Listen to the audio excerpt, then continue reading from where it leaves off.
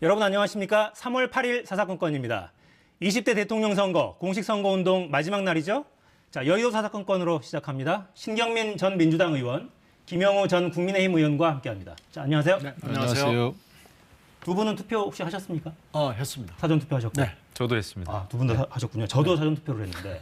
그러면 여긴 100%네요. 이번에 사전 투표율이 정말 높았어요. 그래서 첫 질문으로 일단 네. 최종 투표율은 어떻게 예상하는지 여쭤보고 시작하겠습니다. 80% 전반대가 나오지 않을까 생각을 해요. 80% 넘어갈 거다? 네. 그리고 지금 75% 미만이면 윤 후보한테 유리하다는 유력한 관측이 있습니다. 믿거나 말거나. 그래서 80%는 무난히 넘길 것으로 예상합니다. 사전 투표의 열기를 봤을 때 네. 80%도 넘을 거다. 어떻게 보십니까? 저도 80% 정도 될 거라고 보고요. 투표율 자체가 양쪽 후보의 진영에 끼치는 영향이 의외로 크진 않을 수 있다. 이런 생각이 듭니다. 이미 사전 투표라는 것도 제도적으로 이제 안착이 됐어요. 예전엔 생소했었는데 그렇기 때문에 이제 양쪽 후보가 다 투표율 제고를 위해서 굉장히 노력하지 않습니까? 그런 걸 이제 종합해 봤을 때 저는 한 80% 정도 될 것 같아요. 80% 굉장히 높게 관측하시네요. 그렇죠. 75% 미만이면 윤 후보가 유리할 거다. 이 관측은 근거가 뭡니까? 글쎄 그 근거는 이제 호남이 지금 50%를 넘겼잖아요. 그렇죠. 사전 투표에서 50%를 넘었다는 게 굉장히 큰 거죠. 그렇게 따지면은 호남 이외 지역에서 사람들이 안 나왔을 경우 그러면 혹시 이재명 후보가 호남의 우세에 덕을 볼 수 있지 않을까 보는 거죠. 민주당 우세 지역의 결집이 강하게 이루어져 있기 때문에 네. 나머지 지역의 표가 표집되지 않는다면 유리하지 않겠냐. 저는 호남 쪽 그 투표율 높았던 거를 조금 다르게 해석을 하는데요. 사실 역대 어느 선거 때보다도 이번에 이제 국민의힘 후보가 호남 쪽에서의 지지율이 상당히 높게 나왔습니다. 그래서 25% 목표치를 30%로 상향 조정까지 했잖아요. 네. 그리고 이제 호남 쪽 많은 분들이 지금 문재인 정부 들어서 사실 해준 게 뭐 있냐. 그리고 그 복합 쇼핑몰 그것만 가지고도 굉장히 큰 이슈가 됐단 말이죠. 그래서 생활 밀착형 그런 그 정권을 바라는 것이 아닌가 그런 차원에서 호남 분들이 많이 모인 것이 결집된 것이 분노의 표출일 수가 있다. 현 정부에 대한 그런 생각이 좀 들어요. 그렇겠네요. 뚜껑은 열어봐야 아는 아무튼 거죠. 까봐야 됩니다. 네. 그 야권에서는 나무 심기라고 표현하던데 호남에 열심히 심은 나무가 이번에 진짜 열매를 30%까지 맺을지 한번 지켜보겠습니다. 자, 영상 하나 보고 시작할까요?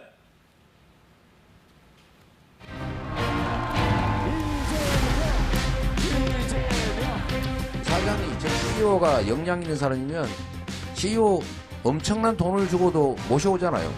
그러면 그 비용 이상으로 훨씬 많은 이익이 생기지 않습니까? 그런데 이 5,200만이 사는 이 거대한 대한민국, 세계 10대 경제 강국, 그리고 앞으로 세계 5대 경제 강국으로 성장해야 될 이 나라를 과연 무지하고 무능하고 무책임하고 남의 뒤나 열심히 파는 이런 과거로 퇴행하는 생각을 가지고 있는 리더라면 나라가 어떻게 되겠습니까, 여러분? 절단 맞습니다. 절단 납니다.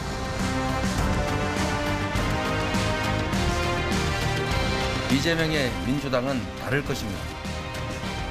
거대 양당 체제에서 누려온 기득권을 모두 내려놓겠습니다. 우리 국민들의 제3의 선택이 빛을 잃지 않고 선의의 정책 경쟁을 주도할 수 있도록 거대 양당 중심의 정치 체계를 완전히 타파하겠습니다. 오직 국민, 오직 민생을 위한 정치 구조를 반드시 만들어낼 것입니다.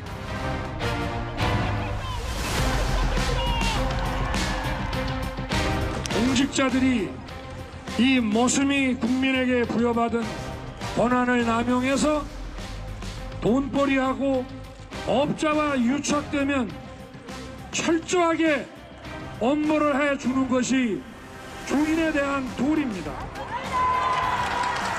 지금 여러분이 민주당 정권의 각종 부정부패가 다 은폐되고 묻히는 거 보셨죠? 이게 민주주의가 죽어가는 것입니다.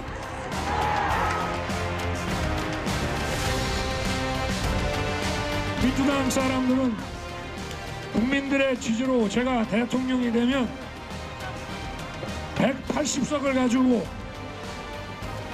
제대로 정부를 운영할 수 없게 방해를 하거나 심지어는 우리 당의 이탈자들을 모아 저를 탄핵을 칠 수도 있다고 떠들고 다닙니다. 저는 하라면 하라 이겁니다. 저에게는 가장 막강한 정치적 지지 세력이 있습니다. 바로 국민 아닙니까, 여러분?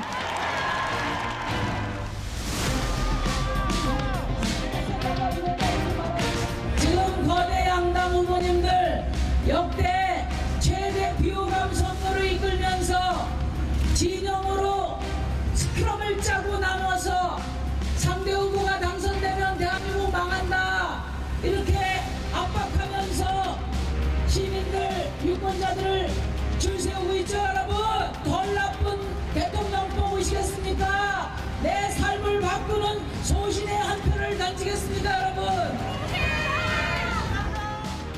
네, 양강 후보의 거리 유세, 그리고 그 사이에서 외롭게 남아있는 심상정 후보의 사자후까지 들으셨습니다.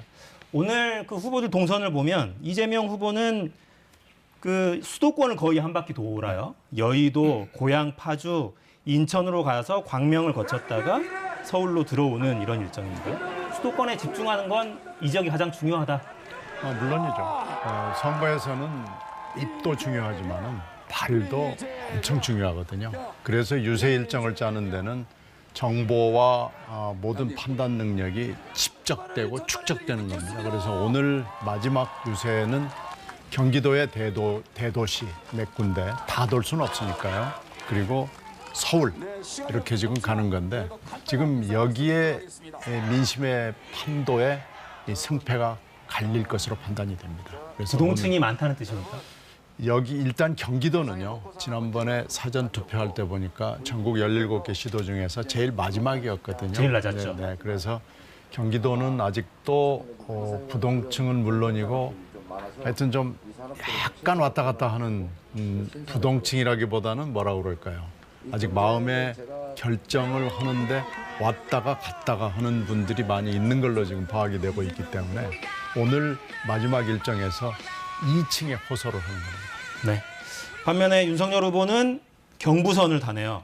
제주에서 시작을 했는데 부산으로 넘어가서 대구, 대전을 거쳐서 서울시청까지 올라오는 이런 일정입니다. 이건 어떤 의미입니까? 그렇습니다. 일단 하루라고 하는 제한된 시간 안에서 전국에 계신 유권자, 국민께 호소한다라는 거죠. 그래서 이제 제주에서 시작해서 경부선 라인을 타고 쭉 올라옵니다. 그래서 이제 서울시청 앞 광장, 그리고 또 건대, 또 강남역까지 이게 서울에서 종지부를 찍게 되는데요. 특히 서울시청 앞 광장에서는 저녁 때 홍준표 의원, 또 유승민 전 의원, 그다음에 안철수 국민의당 대표 이렇게 같이 합동 유세를 하게 됩니다. 지금 계획상은 그래요.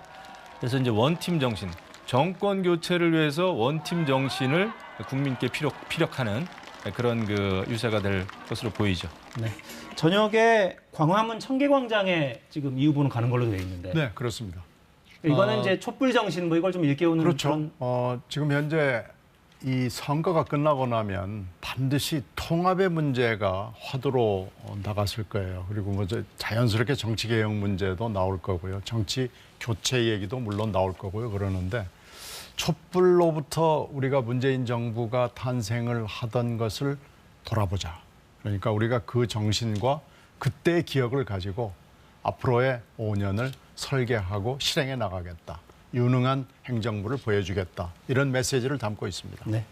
이 선거법상 확성기 쓸 수 있는 시간이 저녁 9시까지라면서요. 그게 이제 데시벨 규제를 하면서 예전에는 막 12시까지 썼어요. 네. 그래서 그게 문제가 됐습니다.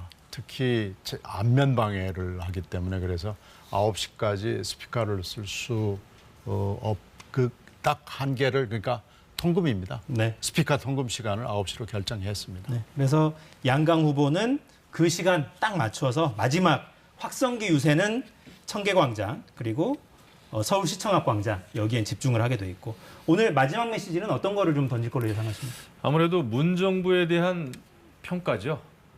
문정부 하에서 훼손된 법치, 뭐 상식, 헌법적 가치, 그다음에 이제 문정부가 약속했던 것을 지키지 않았다는 것에 대한 이제 국민들 유권자의 평가를 호소하는 겁니다. 그래서 문재인 대통령이 약속한 뭐 기회는 평등했는지, 과정은 공정했는지 말이죠. 또 결과는 정의로웠는지 그거 아니거든요. 그래서 이런 것을 바로잡기 위해서 훼손된 또 민주주의 가치를 바로잡기 위해서는 정권 교체가 중요하다. 그렇게 해서 이제 결국은 정권 교체에 올인하는 그런 그 유세를 펼칠 것으로 예상이 됩니다. 네, 마지막 날 저녁까지 정권 교체, 정권 심판 이걸 강조할 걸로 보이고요. 여당은요? 아까 말씀드린 대로 통합, 뭐 조화, 뭐 이런 거에다가 이제 두 번째로는 유능, 위기 극복, 그리고 세 번째로는 평화와 안보 이렇게 해서 이 서너 가지 이슈를 놓고 민생 실용, 안정감 뭐 이런 걸 가지고 마지막 메시지를 내보내기로 결정했습니다. 네.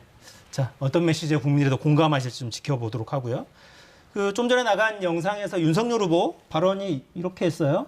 제가 대통령이 되면 180석을 가지고 그러니까 법여권, 이 의석을 가지고 제대로 정부를 운영할 수 없게 방해를 하거나 심지어는 탄핵을 시킬 수 있다고 떠들고 다닌다.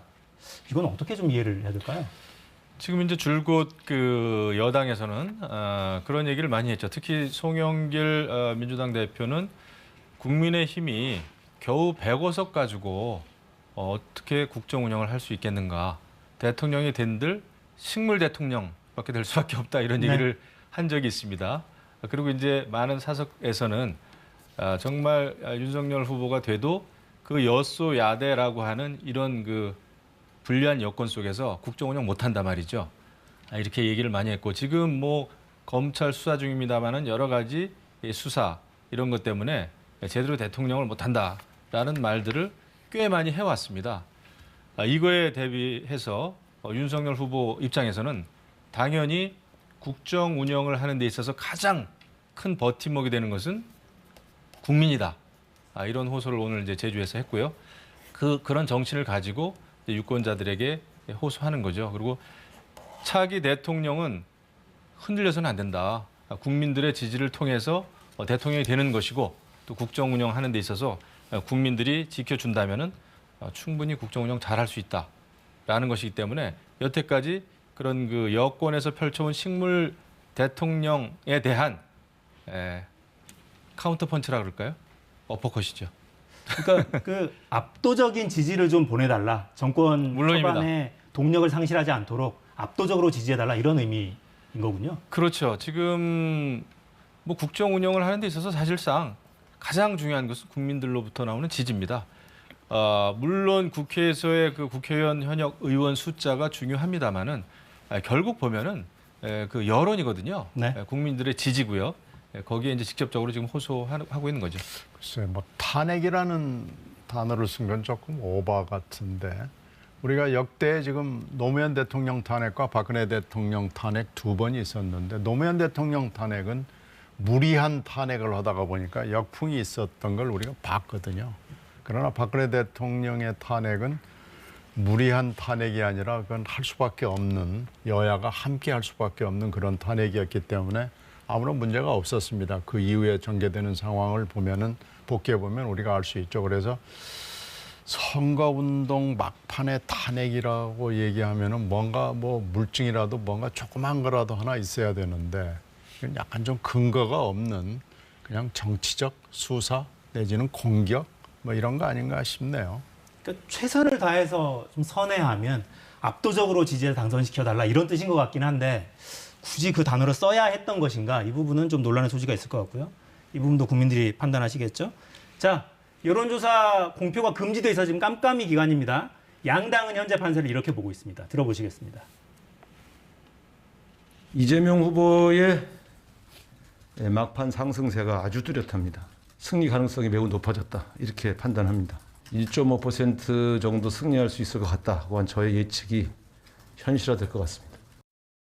5에서 8% 정도 사이에 이제 좀 지지율 격차를 유지하고 있었는데 결국엔 나중에 이제 그때까지 마음을 정하지 못하셨던 분들이 이제 결국 그 투표 성향을 정하게 되면은 많게는 한 10%까지 차이 날 수 있다 이런 생각하고 있습니다. 네, 양당이 서로 우세를 이야기하고 있어요. 어떻게 예상하십니까? 그래서 지금은 사실 3월 3일 이후는요, 블러핑의 시간입니다. 그러니까 지금 공식적으로 공개적으로 얘기하는 것은 사실 믿기가 좀 어렵고요. 여의도 연구소나 민주연구원이나 조사를 하죠. 계속해서 트래킹 폴을 하고 그것을 보고서를 두 가지로 만들죠. 하나는 진짜고 하나는 대외용 내지는 후보용으로 이렇게 만들거든요. 그런데 진짜 보고서를 접근할 수 있는 사람은 당 안에서 손가락 안에 꼽습니다. 그래서 그건 뭐 알 수는 없는데 여러 가지 흘러나오는 얘기를 종합해보고 또 하나의 소스는 여론조사 기관들이 매일 일정 규모의 그걸 하거든요. 여론조사를 하거든요. 거기서 흘러나오는 얘기를 보면 공통적인 게 몇 가지 있습니다. 3월 3일 단일화 이후에 역풍이 불고 있고 그 역풍으로 굉장히 좁혀지고 있다.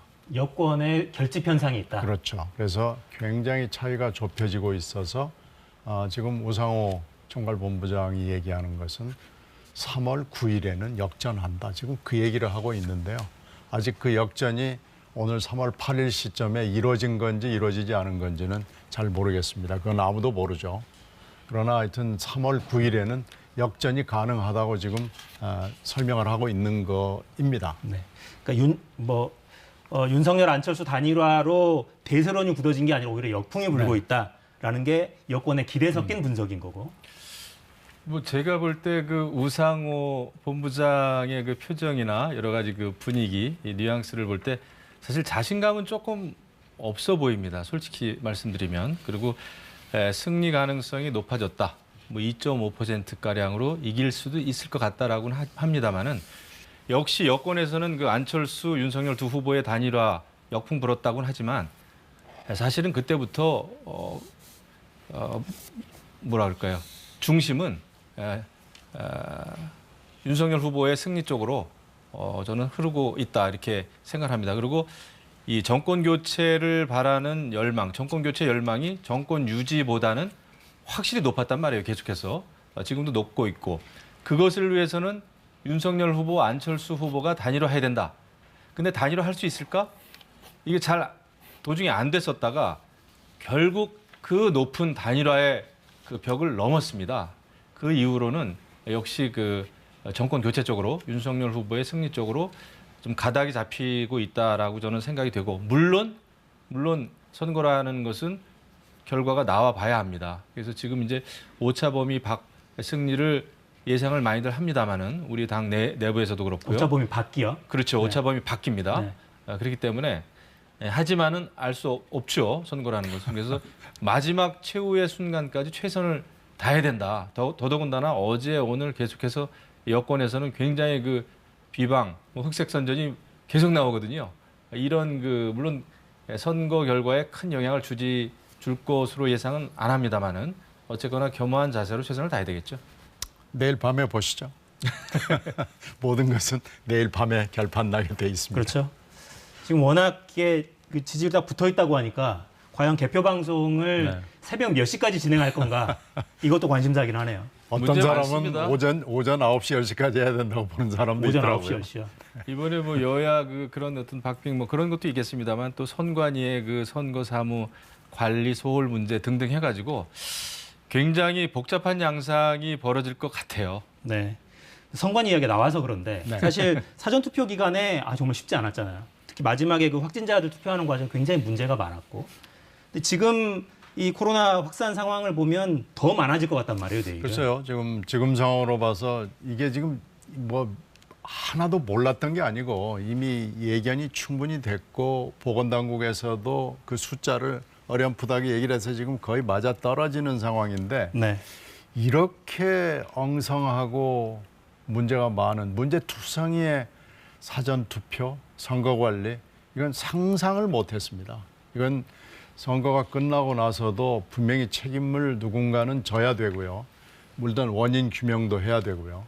그리고 잘못하면 이제 표 차이가 아주 좁혀질 경우에는 이건 아마 틀림없이 지금은 관리 부실, 부실이라는 용어가 붙어 있습니다만 잘못하면 이거 선거 부정이다라고 얘기가 비화가 되면 이게 좀 굉장히 복잡한 양상으로 흘러갈 수도 있지 않나 생각해요. 그러니까 특히나 야권 지지자들 사이에서는 그런 우려들이 계속 있어 왔잖아요. 근데 그걸 넘어서려고 사실 후보도 직접 나서서 사전투표 해달라 독려하기도 했었고. 그렇죠. 지금 그 선관위원 현재 7명 중에 지금 다수가 6명인가 여권 성향의 지금 선관위원이란 말이죠. 그러니까 선거 관리를 잘 해도 정치적인 중립성, 독립성이 의심받기 딱 좋은 여건인데 사전 투표일 날 이것은 뭐 정치적인 독립성, 중립성을 떠나서 선관이라면은 응당해야 될 그 선거 관리 아주 기본적인 일 자체를 못한 거예요. 소홀히 한 겁니다. 뭐 CCTV가 작동도 되지 않는데 그냥 투표함을 방치를 한다든지 말이죠. 무슨 소쿠리에 그냥 투표용지를 받아가지고 수거한다든지 정말 있을 수 없는 일이 대명천지에 일어났기 때문에 이번 선관위는 정말 그 책임을 반드시 져야 된다 이렇게 생각하고요. 제가 20대 국회 때 행안위에 있었는데 그 선관위 다 우리가 관리를 했죠. 지금 선관위는 모르겠습니다. 지금 마음이 콩밭에 가 있는지 저는 사실 대통령도 좀 책임이 있다고 봐요. 지난번에 뭐 조혜주 상임위원 그냥 재임용하는 문제 가지고 정치적으로 굉장히 큰 이슈가 되지 않았습니까? 또 선관위원들 거기에 반발해가지고 성명서도 내고 그래서 이런 것이 쌓인 것 같아요. 그리고 이제 이 팬데믹 상황에서 대통령 선거 치른다는 것은 다 사실 예측이 가능했던 문제인데 이런 거에 대비 안 하고 노정희 그 선거관리위원장이 출근도 하지 않았다는 거는 선거 당일날 말이죠. 이것은 문제가 있습니다. 그리고 사과를 했는데 너무 때늦게 했어요.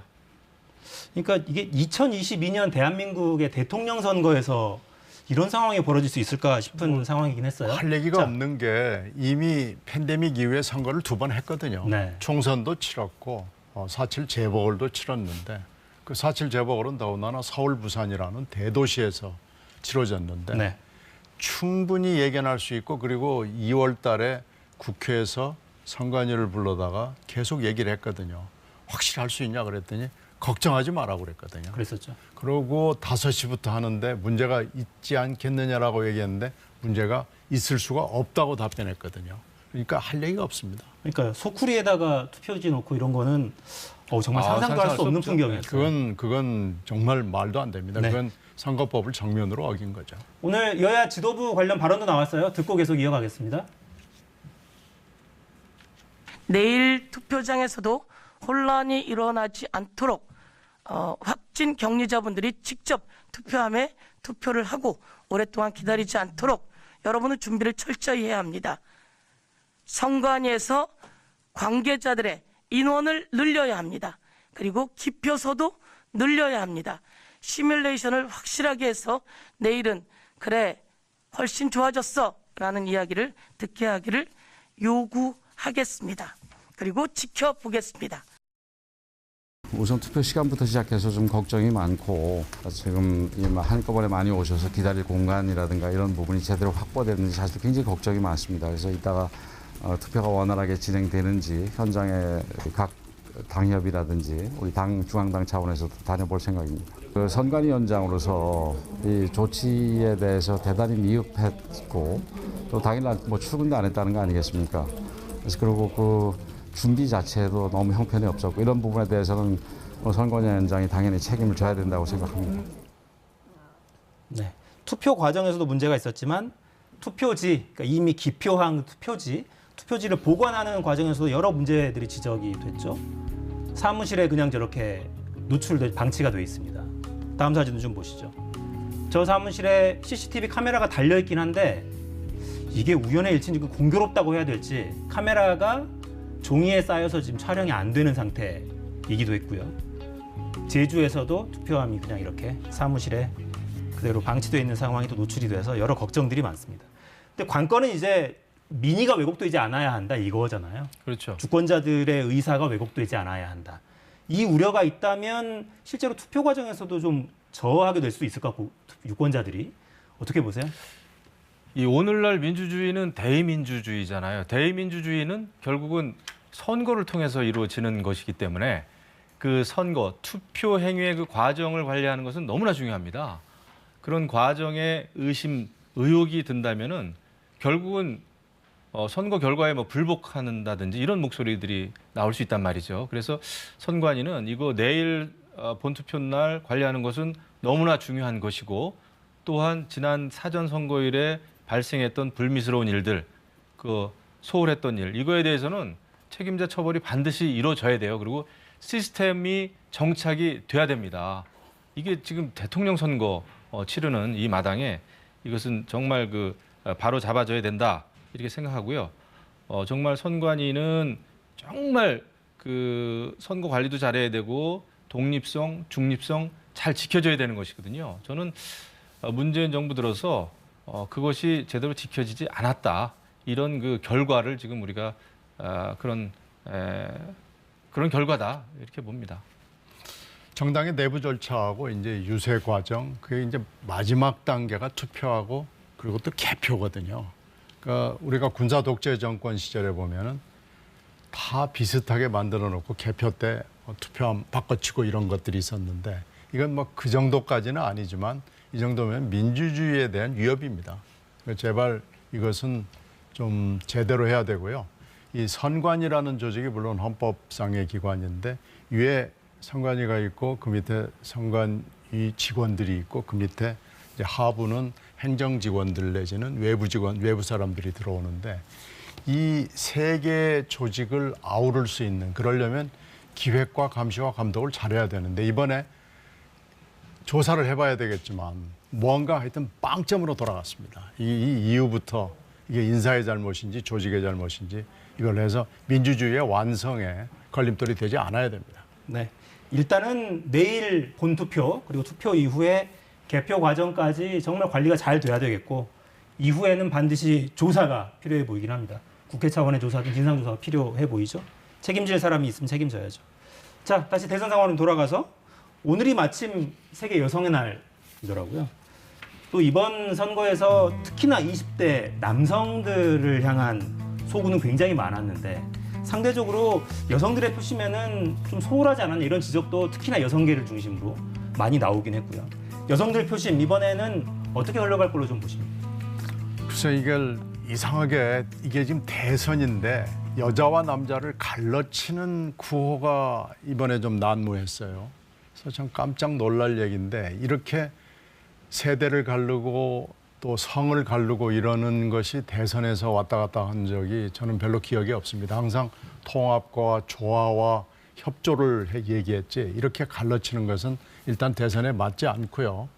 아마 이제 대선이 끝나고 나면 여가부 문제를 가지고 누가 대통령이 되건 다시 한번 점검을 해야 될 거예요. 근데 여성가족부는 여성만 다루는 문제가 아니기 때문에 이걸 좀 신중하게 우리 사회가 전 세대와 남성, 여성이 모여서 다시 한번 점검할 수 있는 기회가 되길 바랍니다.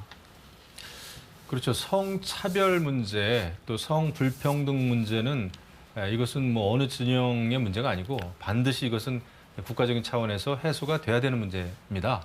근데 이런 것이 정치권에서 상당히 왜곡돼 왔던 게 저는 사실인 것 같아요.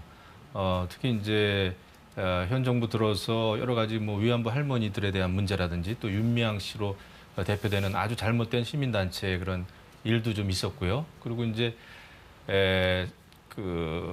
박원순 서울시장 문제, 뭐 오거돈 또 전 부산시장 그 성추행 문제 등등등등 해서 정말 선거 관련해 가지고는 많은 불미스러운 일들이 일어났던 게 사실입니다. 피해 호소인이라는 말도 등장을 했고, 이런 차원에 봤을 때 정말 누가 대통령이 되든 간에 이런 그 성불평등 문제, 성차별 문제는 해소가 돼야 되고, 과거에는 다소 미진한 부분이 있었습니다만은 국민의힘이 그래도 뭐 상당히 그 성불평등 이런 문제 해소하기 위해서 노력을 해왔던 것만큼은 좀 사실이 아닌가, 이런 생각을 합니다. 근데 이번 대선 기간에 후보자들 토론회하거나 이런 과정을 보면 윤석열 후보는 생각이 좀 달라 보이긴 하는데요. 아니죠. 그래도 줄곧 그 성불평등 문제나 성차별 문제를 이것이 어떤 왜곡되고 잘못된 형태의 페미니즘으로도 나타나는 거에 대해서는 반대를 했지만은 성차별 문제, 불평등 문제는 반드시 해소해야 된다. 그것이 진정한 페미니즘이다라는 취지의 얘기는 했죠. 글쎄, 국민들은 그렇게 해석하지 않는 것 같아요. 그러니까 이렇게 갈라치는 대선 바람직하지 않습니다. 이건 좀 대선 이후에 해소가 되길 바랍니다. 네. 차기 정부에서 뭐 이제 정부 조직법을 바꾸어서 새로 부처를 만들기도 하고 업무 분장을 바꾸어서 이 업무를 다른 데 주기도 하고 뭐 늘 있는 일이긴 하죠. 네. 여성가족부가 정말 필요가 없는지 이 부분도 논의를 좀 잘했으면 좋겠습니다. 국회에서 통과를 시켜야 되는 거잖아요. 그렇죠? 그러니까 여성가족부 자체가 불필요하다기보다는 여성가족부가 응당해야 될 여성가족부로서의 일을 못한 것이죠. 아까 말씀드렸잖아요. 여러 가지 성추행 문제 이런 문제가 있는데도 입을 닫고 있었고 아무런 역할이 없었습니다. 정말 그 공무원들을 위한 무슨 자리만 만든 부처였는지 그거에 대한 냉철한 비판은 필요하다. 성찰이 필요하다라는 입장이죠. 네. 오늘 문재인 대통령도 관련 발언이 있었는데요. 젠더 갈등이 증폭되면서 여성가족부에 대한 오해도 커졌다. 그렇게 된 데는 여가부 자신의 책임도 적지 않다고 생각한다라고 말하면서도 조심스럽게 판단해야 되지 않겠느냐. 새로운 구성을 할 수 있지만 하나하나 업무가 중요하기 때문에 잘 살펴주시기 바란다라는 입장을 내놓은 바 있습니다. 자, 다시 대선 상황 돌아오죠.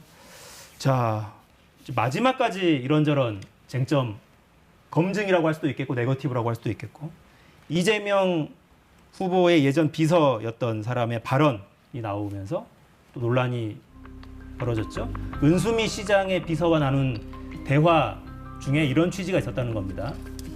우리가 대법원 작업을 한다. 그동안 작업해 놓은 게 많으니 작업 들어갈 생각을 해야 한다. 싹 도와주겠다라는 발언을 했다. 재판거래의 유력한 증거라고 야당에서는 해석하시는 거죠? 그렇게 볼 수밖에 없죠. 더더군다나 그 김만배 기자가 권순일 대법관을 만나러 8번이나 그 기록에 남겼지 않습니까? 그렇게 그 대법관들을 중심으로 해가지고 로비를 벌이는 거 이런 것은 이제 사실로서 좀 드러나는 것 같아요. 그래서 이것은 역시 이재명 무죄를 만들기 위해서 엄청난 그런 그 법조 브로커들을 중심으로 해가지고 로비가 있었던 거 아닌가. 이게 사실이구나. 이런 거를 좀 알 수 있고요. 더더군다나 대법관들을 중심으로 해가지고 사전 모의 그 판결 결과도 한번 알아봤다는 거 아닙니까? 그때 예상했던 것이 뭐 8대5로 이재명 후보 무죄 날 것이다 그랬는데 실질적으로는 7대5인가? 뭐 이렇게 났죠. 그래서 이런 그 모든 것을 봤을 때 역시 이것은 뭐 오늘 나온 뉴스로 제가 알고 있는데 역시 이재명 구명운동이 조직적으로 벌어진 게 아닌가 이런 생각을 조심스럽게 해봅니다. 네. 사실은 나중에 또 밝혀지겠죠. 이 통화 녹음 내용은 어떻게 좀 파악하고 계십니까? 글쎄요, 뭐 이 백비서라는 사람이 뭐 얼마나 핵심적으로 이 사안에 접근할 수 있는 건지 일단 잘 모르겠고요. 이번 대선의 특징 중에 또 아주 중요한 특징 중에 하나는 녹취록에서 시작해서 녹취록으로 끝난 온갖 종류의 녹취록이 다 나왔는데 지금 녹취록이 뭐 최근에 뭐 이 건뿐만 아니라 여러 건 나왔어요. 이거 확인해야죠. 이건 만약에 이게 사실이라 그러면은 엄청난 일이고 사법개혁을 총체적으로 처음부터 다시 시작해야 되는 엄청난 일입니다. 그래서 이게 이제 대장동과 직접 관련이 있는 듯 없는 듯한 사안이에요. 그래서 이 사안은 검찰이 그렇게 수사에 아마 성의를 표시하지 않은 걸로 아는데 뭐 수사해야죠. 근데 이 녹취록만 가지고 이렇다 저렇다 얘기하는 것은 조금 성급한 측면이 있다 이렇게 봅니다. 네. 반면에 화천대유 대주주 김만배 씨의 발언 음성도 공개가 됐죠. 뉴스타파를 통해서. 관련 그래픽을 좀 올려주실까요? 핵심은 그겁니다. 박영수 전 특검 소개시켜줬다. 그리고 수사를 무마하도록 했다. 가면 담당 검사가 아마 커피나 타고 내보내줄 거다. 사건이 없어져 버렸다. 이런 취지의 발언이 있었고요. 그래픽 한 장 더 있죠? 이재명 후보와 관련돼서는 이런 발언을 했습니다.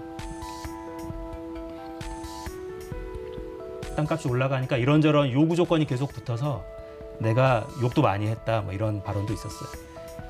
이 녹취에 대해서는 어떻게 평가하십니까? 뭐 이것도 또 녹취예요. 근데 대장동 사건은 수사의 가지가 그러니까 이 사안의 가지가 굉장히 많습니다. 그중에 지금 한 가지인 저축은행 건에 해당되는 거거든요. 근데 이것도 역시 수사를 하지 않은 것 같아요. 그러니까 이 대목은 또 녹취가 또 나왔기 때문에 수사를 하지 않을 수가 없는 대목으로 보입니다. 그래서 수사를 해봐야 되겠죠. 지금 녹취만 가지고 그렇다, 이렇다 얘기하기는 이것도 역시 성급해 보입니다. 이 녹취록이 정말 많이 나오는데요. 근데 이 녹취록은 좀 문제가 있긴 있어 보입니다. 지금 뉴스타파, 출처가 뉴스타파로 돼 있는데 이 녹취록에 그 녹취에 참여했던 인물이 뉴스타파로부터 용역을 받고 또 돈을 받았던 그 전문위원인가 자문위원이었다는 거 아닙니까? 뉴스타파에.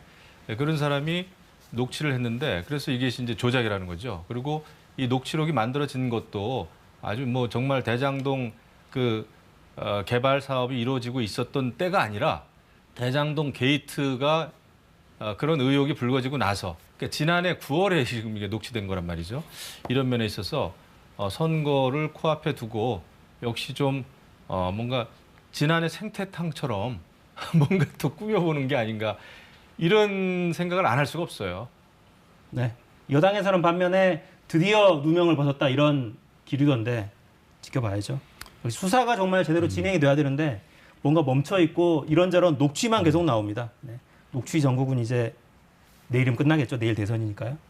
자, 근데 한편으로는 또 배우자 의혹도 굉장히 많았고 김건희 씨 관련해서는 주가 조작 문제, 온갖 부동산 관련한 문제들, 장모 문제 계속 노출이 됐고 여당을 둘러싸고는 또 이른바 과잉 의전, 법인카드 관련한 이런 논란들이 있었습니다.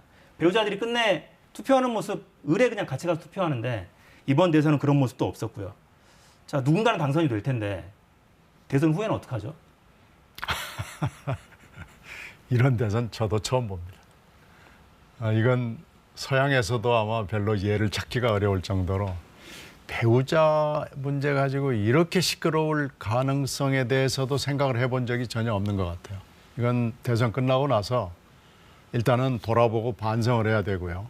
그러면 앞으로 누군가 둘 중에 한 사람은 영부인이 될 텐데 영부인이 그러면은 어떻게 처신을 해야 될 것이냐 하는 문제도 아마 중요한 현안 중에 하나로 될 걸로 봅니다. 그러니까요. 처신도 처신인데 수사 대상일 수도 있으니까. 뭐 그것도 가능하죠. 그렇죠. 네. 그 우리가 반성해볼 일, 돌아볼 일 많습니다. 또 이제 영부인에 대한 처우 문제 이런 것도 좀 고칠 게 있으면 또 고쳐야죠. 개혁해야죠. 근데 이번에 이제 전반적으로 보면 아쉬움이 많은 대선 과정이었습니다만은 조금 그 민주당 쪽에서 이제 워낙 윤석열 후보의 부인 김건희 프레임을 좀 만들고 상당히 그 공격의 주 타겟 방향이었단 말이죠. 그런데 결국은 이제 이재명 후보 그 김혜경 여사의 여러 가지 법인카드 문제, 뭐 횡령 문제, 횡령 의혹 문제 이런 걸로 인해서 이제 상당히 그 뭐라 그럴까요? 덮여졌고 그래서 결국은 양쪽의 그 후보 부인들이 나설 수 없는 상황이 이렇게 됐는데 이번 대선 과정은 역시 누가 봐도 개운한 과정은 아니었습니다. 그런데 이제 우리가 또 생각해 볼 것은 과거의 영부인들하고는 상당히 다른 시대를 좀 살고 있고 하기 때문에 그런 어떤 영부인에 대해서는 우리가 또 다른 어떤 그 제도적인 준비도 이 마당에 하는 게 또 옳지 않은가 이런 생각도 좀 해봅니다. 네, 시간이 거의 다 됐는데요. 초유의 대선이고 정말 본 적 없는 대선이고 이게 내일로 다가와 있습니다. 그래도 투표해야 되잖아요. 해야죠. 그래도 주권자가 우리의 권한을 위임해줄 5년짜리 계약직 최고위직 공무원 하나 뽑아야 되잖아요. 투표가 왜 중요한지 지지 오소까지 좀 섞어서 짧게 좀 부탁드리겠습니다. 투표를 하지 않겠다고 한 분들이 몇 달 전에 굉장히 많았어요. 근데 이제 시간이 지나면서 그래도 투표를 꼭 해야 되겠다 하는 사람들이 점점 늘어나가지고 선관위가 며칠 전에 한 그 여론조사를 보면은 83%인가 나왔습니다. 처음에는 그게 굉장히 낮았거든요. 굉장히 그걸 저희들은 고무적으로 생각하고요. 일단 하여튼 뭐가 마음에 안 들더라도 투표는 해야 됩니다. 투표 이후의 상황을 생각해서라도 투표는 해서 국민의 뜻을 분명하게 전달을 해 놓는 것이 지금은 필요한 시간입니다. 그래서 지금 유권자의 시간을 잘 활용하시기 바랍니다.